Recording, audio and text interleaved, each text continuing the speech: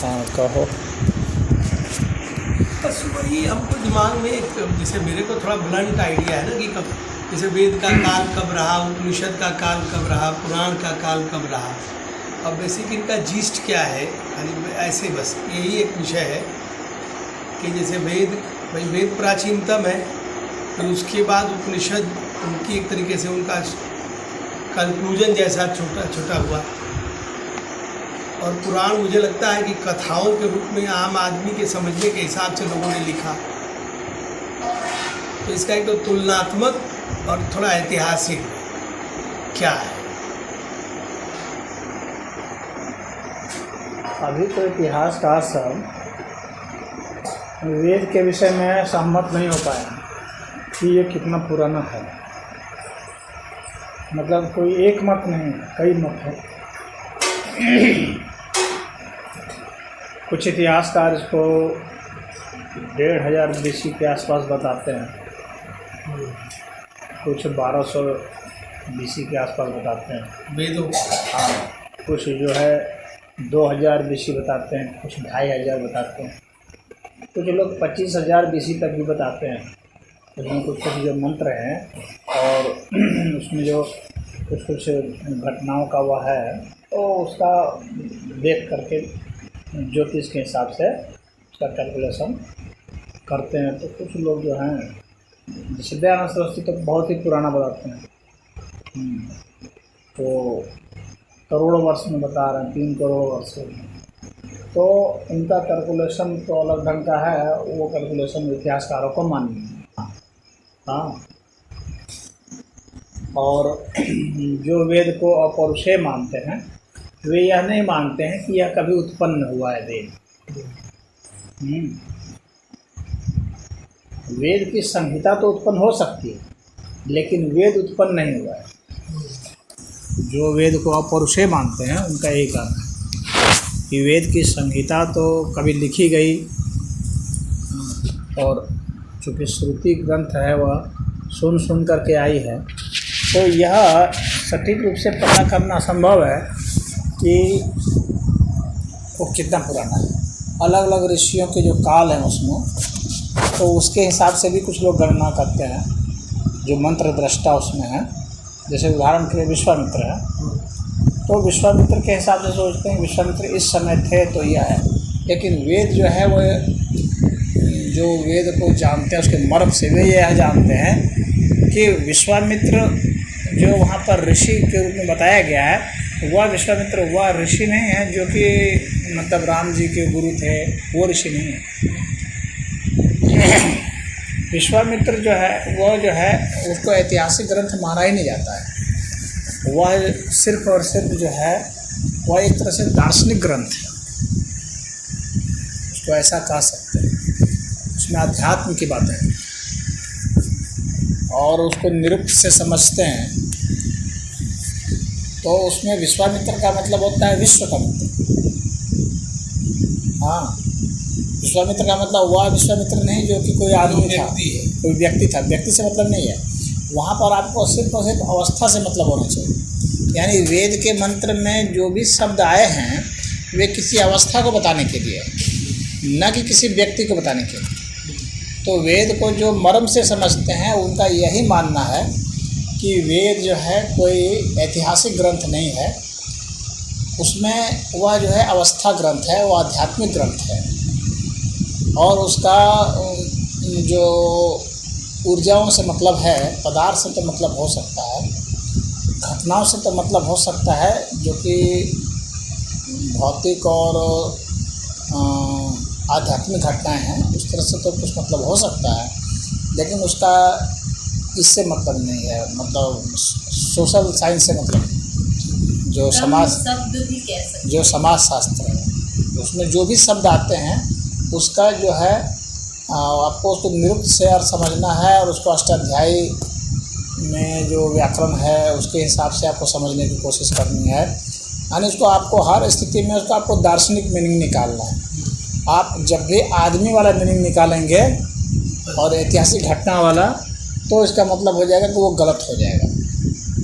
जो वेद को अपौरुषेय मानते हैं उनके अनुसार लेकिन जहाँ तक इतिहासकार हैं तो वे उसको इतिहास के ही संदर्भ में लेते हैं और उसको इतिहास की ही एक घटना मान लेते हैं।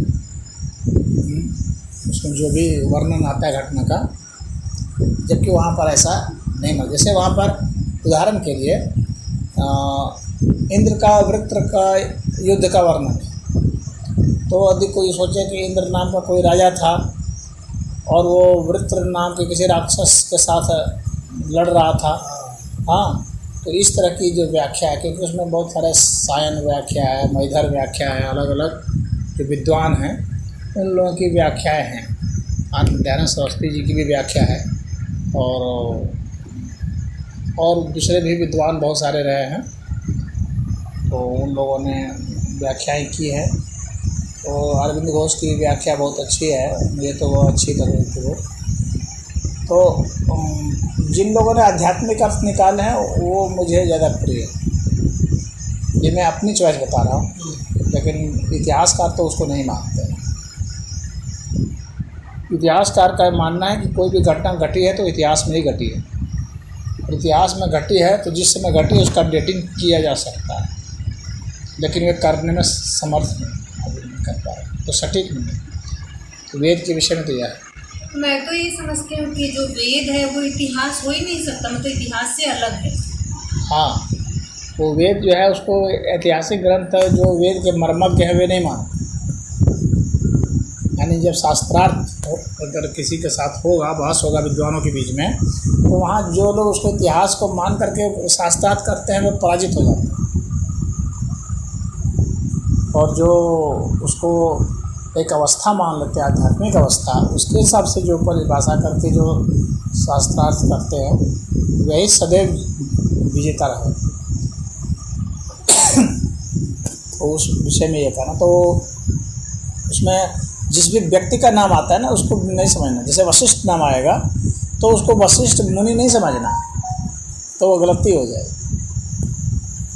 उसमें कृष्ण नाम आएगा तो कृष्ण का मतलब कृष्ण से नहीं समझना।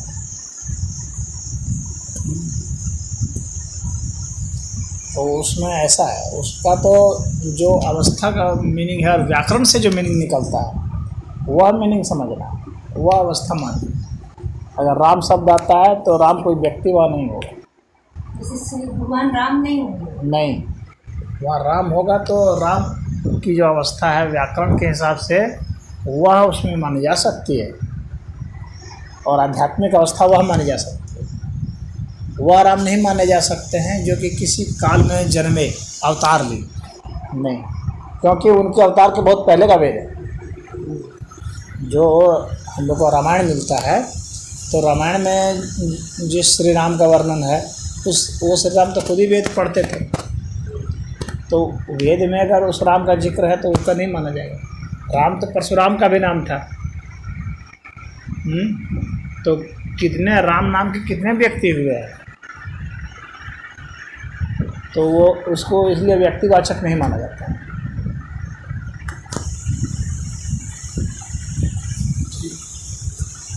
इसलिए उसका ऐतिहासिक उसका जो है अभी तक स्पष्ट कुछ वो नहीं आया। ऐतिहासिक जब ग्रंथ ही नहीं है वह, तो फिर ऐतिहासिक आप डेटिंग क्यों करेंगे? कहने का मतलब यह है बहुत लोगों का। और जो लोग इतिहास के संदर्भ में उसको देखते हैं तो वो कहते हैं भाई चाहे वो कैसा भी ग्रंथ हो, किसी न किसी काल में तो रचा गया, तो जिस काल में रचा गया उसका डेट मानेंगे। तो किस काल में रचा गया तो इनके पूछने का संदर्भ ही नहीं समझ में आता है, इनको खुद समझ में नहीं आता है कि हम रेफरेंस पॉइंट क्या लेंगे उसका कैलकुलेशन का, क्योंकि उसका कोई ग्रंथ लिखा हुआ ग्रंथ तो बहुत बाद में आता है, जबकि वेद तो श्रुति के संदर्भ से बहुत पहले से वेद चला आ रहा है, तो हम कैसे लेंगे? तो कुछ लोग उसमें जो नक्षत्रों का, ग्रहों का की दशा जो है उसका वर्णन है, तो उसको एक जो आंकने की जो होती है सॉफ्टवेयर, उसमें उसको डालते हैं, ज्योतिष का सॉफ्टवेयर है, प्लेनेटोरियम का कर है गोल्डन प्लेनेटोरियम के क्या है, मैं नाम भूल रहा हूँ सभी। तो उसमें ऐप में डालते हैं उसको, और उस ऐप में डाल करके और उससे डेट निकालते हैं। तो कुछ लोग तो उससे भी सहमत नहीं है कि नहीं, उसे नहीं माना जाएगा, क्योंकि अगर हम यह मानेंगे कि जैसे किसी कि इस समय ग्रह की स्थितियाँ थी, नक्षत्र यहाँ पर था, अगर ऐसा हम मान करके कोई डेट निकालेंगे तो उस तरह की जो स्थितियाँ हैं तो वो कई बार रिपीट हो सकती हैं। तो आप किस रिपीट को मानेंगे? सूरज, पृथ्वी, चांद का या और भी जो ग्रह हैं, बुध ग्रह है, बृहस्पति है, शनि है, वो वैसी पोजीशन पर तो और भी पहले भी कई बार रह चुका है, तो कई बार रिपीट हुआ, तो वो कौन सा पीरियड आप लेंगे? तो वह पीरियड जो है वो नहीं माना जाता है। इतना कुछ इतिहासकार जरूर मानते हैं कि सरस्वती नदी का वर्णन वेद में है। अगर सरस्वती को नदी मान लेते हैं, हालांकि वेद नहीं मानता नदी को, जो उसकी व्याख्या करने वाले हैं आध्यात्मिक व्याख्या, वे नहीं मानते कि उसमें सरस्वती नदी है, सरस्वती लिखा हुआ है नदी, तो उसका ये नदी से मतलब नहीं है। अगर उसमें गंगा है तो उसका ये गंगा से मतलब नहीं है। लेकिन इतिहासकार अगर इसको ये मानते हैं तो वे भी मानते हैं कि सरस्वती नदी विलुप्त हो गई है। तो इसका मतलब है कि वेद उस वक्त रचा गया जिस वक्त जो है सरस्वती नदी थी, और सरस्वती नदी के विलुप्त होने के बाद हम डेट कैलकुलेशन करेंगे, कम से कम सरस्वती नदी जब विलुप्त हुई उसके पहले तो है, ये तो कंफर्म हो जा रहा है, ये तो कंफर्म डेट हो जा रहा है कि न्यूनतम हम लोग डेट निकालेंगे तो सरस्वती नदी के विलुप्त होने के पहले हो, क्योंकि सरस्वती नदी का उसमें जिक्र है। तो इस हिसाब से भी कैलकुलेशन। और जो वेदों में बात है मुख्यतः हमको लगता है वो ऋषि अपने शिष्य को या शिष्य को वो कोई भी सैद्धांतिक दार्शनिक बात बता रहे हैं और वही उसमें है। मंत्र दृष्टा ऋषि रहे ना, वे मंत्र उसमें वेद में मंत्र है। हाँ, तो मंत्र है तो वो मंत्र एक बोलते हैं। अब उस मंत्र के जो अर्थ हैं वह निकालना पड़ता है आध्यात्मिक अवस्था से, जो उसके मर्मज्ञ हैं। जैसे वहाँ जैसे मान लीजिए इंद्र शब्द है, तो इंद्र शब्द है तो वेद के जो मर्मज्ञ हैं उनका यह कहना है कि उसमें इंद्र का मतलब जो है किसी इससे नहीं है, राजा से नहीं है, न किसी देवता से है। उसका जो इंद्र जो है वह जो है ऐश्वर्य से है, परमात्मा के ऐश्वर्य से। हाँ, बाद में वह देव का रूप धारण करता है और बाद में फिर वह राजा का रूप धारण करता है। मतलब बाद के काल में तो अगर उसको देव भी कोई मानता है तो और पहले का समय जाएगा। तो जो मंत्र दृष्टा थे, जो ऋषि ने जब वो मंत्र दिया, जैसे मान लीजिए गायत्री मंत्र वेद का मंत्र है। हाँ, तो विश्वामित्र के विषय में कहा जाता है कि विश्वामित्र ने इसको रचा। हाँ। कुछ लोग ऐसा मानते हैं। हाँ। लेकिन जो वेद के मर्मज्ञ हैं वे यह नहीं मानते कि विश्वामित्र ने इसको रचा। हाँ, वे यह मानते हैं कि विश्वामित्र का मतलब होता है विश्वस्य मित्र, तो परमात्मा का ही एक नाम विश्वामित्र है। हाँ, तो परमात्मा के उस और हाँ मतलब उस अवस्था का नाम ही है, अवतरित हुआ। हाँ, वो तो अवतरित हुआ, वह इसका मतलब है। यह कोई ऋषि नहीं है जो कि देख रहा है, नहीं। वहाँ ऋषि भी जो है ना वो एक अवस्था समझना पड़ेगा। ऋषि कोई व्यक्ति नहीं है। ऋषि का मतलब होता है जो सत्यान्वेषी है। तो वो जो ऋषि शब्द आया तो वो उस अवस्था में गए होंगे, तो वो मंत्र व्यक्ति है ही नहीं, कोई ऋषि व्यक्ति नहीं है, कोई ऋषि वहाँ पर ऋषि कोई व्यक्ति नहीं है। जैसे भगवान की वाणी है। मंत्रों की रचना कैसे हुई? तो मंत्रों की रचना नहीं, मंत्र पहले से ही है। जो उसको अपौरुषेय मानते हैं उनका कहना है कि ये मंत्र रचे नहीं गए, मंत्र को किसी ने देखा है, दृष्टा है। तो देखने के अर्थ में है, दृश्य के अर्थ में है। जैसे कि प्रकाश है, किसी ने रचा नहीं है। हाँ, प्रकाश है। बात समझ में आ रही है? हाँ, तो उसी तरह से ध्वनि जो है, मंत्र क्या ध्वनि है, तो ध्वनि की वह जो लय है तो उसको किसी ने रचा नहीं है, बल्कि वो वैसी है। तो वेद के मंत्र उस तरह के हैं, उस रिदम के हैं, उस बीट के हैं, उसको किसी ने वो बनाया नहीं। उनका ऐसा कहना है कि वो पहले इसीलिए उसको अपौरुषेय मानते हैं। वो मानते हैं कि साक्षात जो है परब्रह्म परमेश्वर से ही वेद उद्भूत है। यानी एक तरह से इसीलिए ईश्वर को वेद स्वरूप भी कहा जाता है।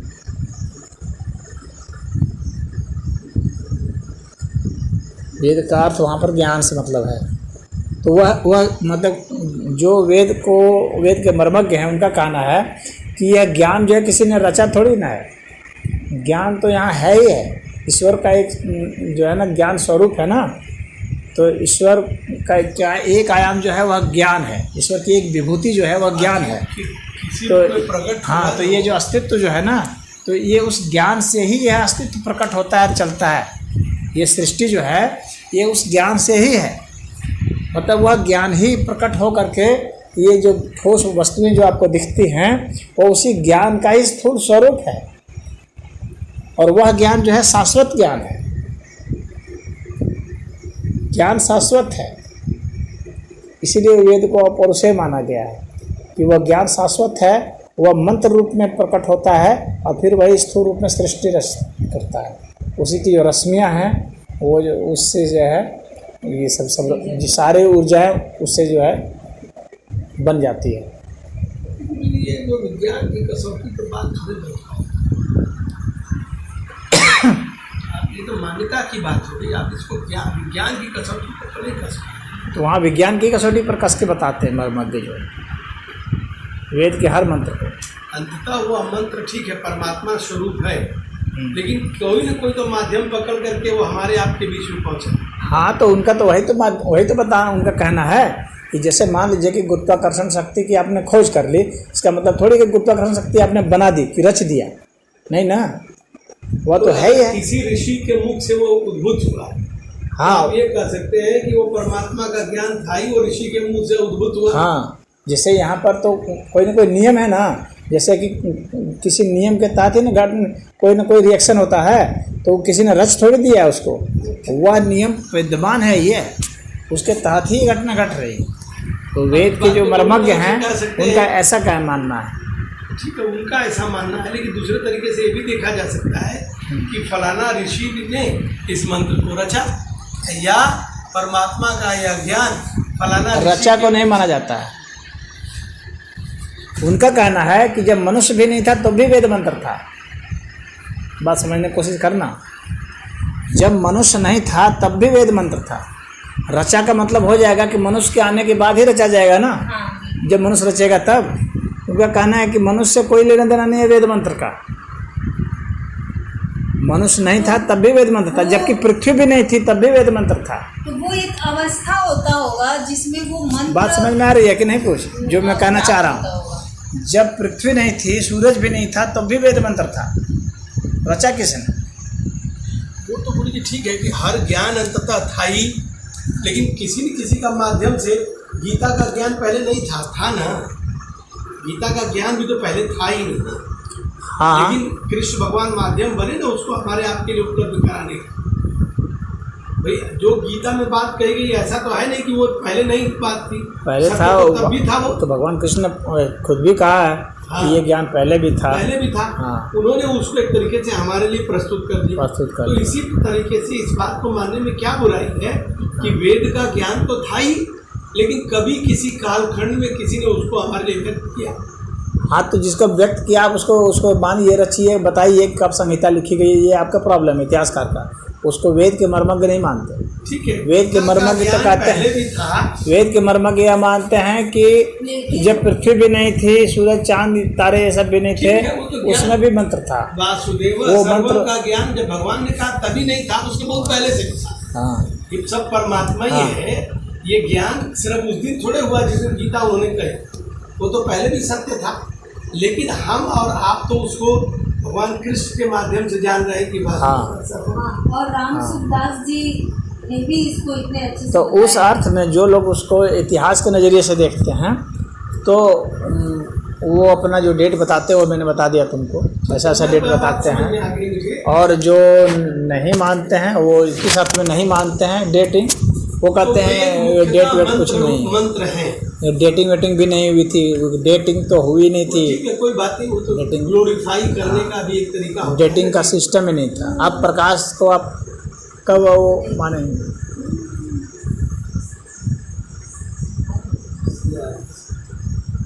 तो ये है। तो ये हो गया वेद। वेद मुख्यतः मंत्र हैं जिनका इंटरप्रिटेशन मुख्यतः नहीं, वे मंत्र ही हैं। बस सिर्फ मंत्र ही रूप हाँ, में है। वेद में मंत्र ही हैं। वो संवाद नहीं है। तो जैसे वो बोलिए, मंत्र। उसमें जैसे मान लीजिए ये ओम भूर्भुवः स्वः मंत्र है, इसका क्या अर्थ है? इसका क्या अर्थ है? जैसे गायत्री मंत्र है ना, ओम भूर्भुवः स्वः तत्सवितुर्वरेण्यं भर्गो देवस्य। तो उसमें यही ना कहता है वो कि परमात्मा जो प्रकाश स्वरूप हो, ज्ञान स्वरूप हो, और हमें भी अंधकार से प्रकाश की ओर ले चले। हाँ, तो ये कोई न कोई तो ये बात परमात्मा से कह रहा है ना। तो मंत्र सब ऐसे ही होंगे परमात्मा के, या जो तमाम सृष्टि के ऐश्वर्य या उसकी व्याख्या करने के लिए तो मंत्र रचित हुआ है। हाँ, हर मंत्र से तो यही न पता चलता है। इतिहास बताने के लिए तो है नहीं, वो तो दर्शन है मंत्र। हाँ, वो एक तरह से फिलॉसफी है। फिलॉसफी है या फिर उसको ये भी कह सकते हो अध्यात्म। अध्यात्म फिलॉसफी और अध्यात्म दोनों का संगम है। संगम। तो अब वो मान लीजिए वो फिर उपनिषद बाद में क्या? इसके अलावा उसमें साइंस भी है, वेद में विज्ञान भी है। अब उपनिषद क्या आया फिर? उपनिषद में तो ये शुद्ध रूप से ये फिलॉसफी है और साधनाएं भी है उपनिषद में, और विज्ञान भी है। ये भी श्रुति ग्रंथ ही है, उपनिषद भी श्रुति ग्रंथ। लेकिन और इसका इसका ऐतिहासिकता मानी जाती है। हाँ, ऐतिहासिकता तो इतिहासकार तो हर चीज़ को इतिहास के नज़रिए से वो तो डेट के हिसाब से रखते हैं। जितना उसमें रेंज में कुछ फ़र्क हो सकता है, लेकिन वे रखते हैं डेट में ही है, चाहे जो भी। तो वेद काल के बाद इनका नंबर आता है उपनिषद का। तो उपनिषद जो है वो एक तरह से वेद का सार माना जाता है, ज्ञान कांड का। तो इनका जो डेटिंग है वह तो ये कुछ लोग जो है इसका रेंज काफ़ी लंबा है। मतलब ये भी मानते हैं कि 1500 BC से और कुछ AD तक भी रचे गए, मतलब 200 AD तक के आसपास भी रचे गए यहाँ तक। ये मुख्यतः संवाद शैली में है। हाँ, ये तो संवाद शैली में है।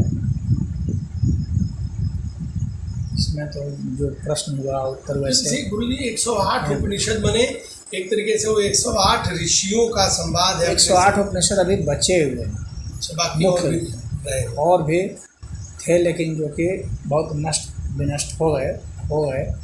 बहुत आक्रमण भारत पर हुआ ना, हो गए। लेकिन 108 बचे हुए हैं जो मुख्य में से। वैसे बचे हुए में 125 के आसपास बताते हैं, लेकिन 108 मुख्य हैं उसमें, जिसको कि प्रमाणिक माना जाता है। बहुत सारे उपनिषद हैं जो प्रमाणिक नहीं माने जाते हैं। और गीता को भी उपनिषद ही कहा जाता है, क्योंकि ये भी संवाद शैली में है। संवाद शैली में है, और तो ये भी ज्ञान का ही वो है। इसको तो उपनिषदों का सार माना जाता है, गीतोपनिषद कहा जाता है। तो उसको भी उपनिषद मानते हैं, लेकिन मुख्यतः यह स्मृति ग्रंथ में ही आता है। और इसको जैसे वेदांत भी मानते हैं, गीता को एक तरीके से वेदांत भी मानते हैं। वेदांत तो अलग ग्रंथ है। वेदांत अलग से ग्रंथ है। हाँ, ब्रह्मसूत्र जो है ना, वही वेदांत का। अच्छा, जो भगवान वेदव्यास ने जो कहा। हाँ, तो वो वेदों का एक तरीके से कंक्लूजन है। हाँ, वो सार है। हाँ, और सूत्र रूप में है वो सूत्र। हाँ, इसलिए ब्रह्मसूत्र उसका नाम ही है, ब्रह्मसूत्र। तो ये ब्रह्मसूत्र का समय और गीता का समय एक ही है। अब इसमें गीता का तो जो गीता में तो बहुत सारी गीताएं हैं, वो ये गीता तो है नहीं। तो ये जो भगवत गीता जो है, तो ये भगवान कृष्ण का समय है। तो महाभारत का जो समय है, उस समय के बाद की रचना मानी जाती है। इसका मतलब कि मान लो कि 100 और ज़्यादा समय बीत गया होगा, लेकिन फिर भी अगर ऐसे मानेंगे तो करीब 3200 BC के आसपास माना जाता है। 3200 BC करीब।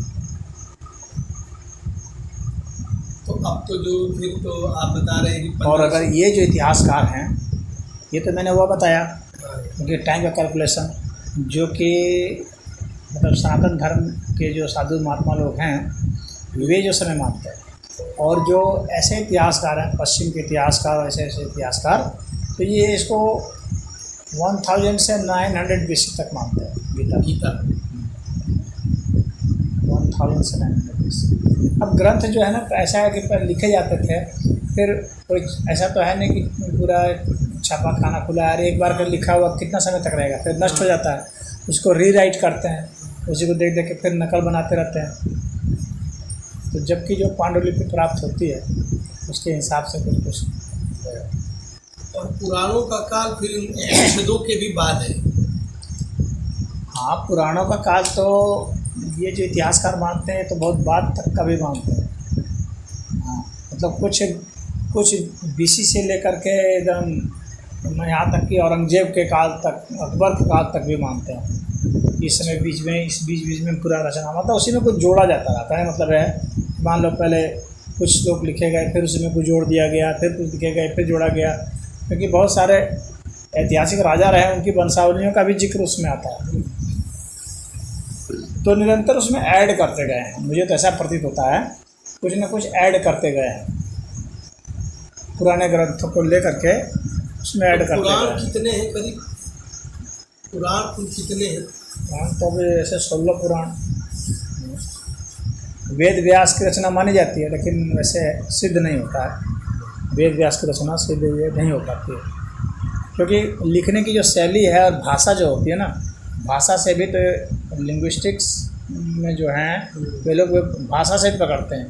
संस्कृत अलग अलग है, उपनिषद का जो संस्कृत का जो लेवल है वो अलग है, और इसका जो संस्कृत है पुराणों का ये अलग है, ये काफ़ी सिंपल हो जाता है। हाँ, ये तो बिल्कुल एकदम। हाँ, तो ये जब सिंपल जब से होता चला जाता है, इसका मतलब है कि ये बहुत बाद की रचना आ जाती है,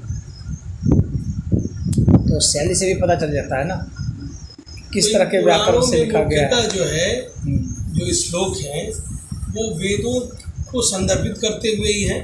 वो तो है कि वेद विरुद्ध कुछ भी सनातन धर्म में मान्य है नहीं। कोई भी चीज़ जो है वेद संगत ही होनी चाहिए, तभी मान्य होगी वो, नहीं तो मान्य नहीं होगी, चाहे कोई भी ग्रंथ। तो दो ही प्रमाण ही माना जाता है कि एक तो अपना तर्क लगाइए, वो सही होगा, अपने तर्क से जो आप सही सिद्ध कर सकते हैं, तो तर्क ही, जब कोई नहीं हो तो तर्क प्रमाण माना गया है।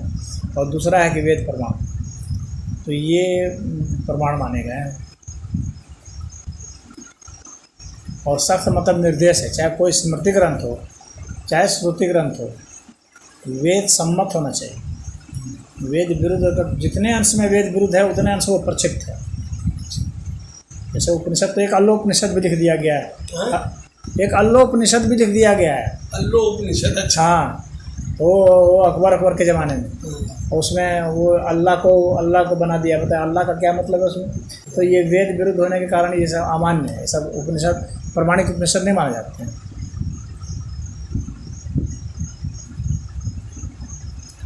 तो बहुत सारे कुछ ब्राह्मण सब जो हो गए जो कि धर्म परिवर्तन अपना कर लिए, धर्म परिवर्तन कर लिए, तो उनको नौकरी पर लगा दिए कि भाई तुम ये काम करो, तुम संस्कृत जानते हो, तुम एक उपनिषद लिखो और लोगों को बेवकूफ़ बनाओ।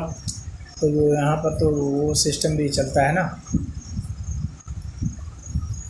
लेकिन मुझे लगता है कि जो गीता का ज्ञान है, मुझे लगता है कोई चीज़ ऐसी नहीं है जो गीता के ज्ञान से बाहर है। हाँ, अगर जैसे वैसे तो ठीक है, जितना पढ़ लीजिए जान लीजिए कम ही है, लेकिन मुझे लगता है कि अगर गीता आपके रेफरेंस माइंड में रेफरेंस की तरह होगी तो जो मुख्य वेद का सारा सार है, जो बात है, वो उसमें है। हाँ, वो तो है। ठीक है, तो हम लोग को गीता जी मार्गदर्शन कर रही है। हाँ, गीता ठीक है। आम जितने भी लोग हैं, मतलब सभी सनातन धर्म वालों के लिए गीता सही है। वेद तो बहुत क्लिष्ट है, वेद पढ़ना बहुत मुश्किल है। उसको पढ़ने के लिए कई ना चीज़ों को पढ़ना पड़ेगा। पढ़ने के बाद उसका रेफरेंसेस और उसका इंटरप्रिटेशन, उसके लिए बहुत पूरा जीवन लग जाएगा, पूरा जीवन चाहिए तब जाकर के वेद का हो, क्योंकि उसके लिए पूरा व्याकरण पढ़ना पड़ेगा। हाँ, इतना कठिन है। निरुक्त पढ़ना पड़ेगा, ज्योतिष पढ़ना पड़ेगा, छंद पढ़ना पड़ेगा, सब। तो ये सब जब पढ़ेंगे, शिक्षा पढ़ना पड़ेगा, कल्प पढ़ना पड़ेगा, तब जा कर के वो उसको वेद को पढ़ेंगे तो समझ में आएगा कि उसका क्या होगा।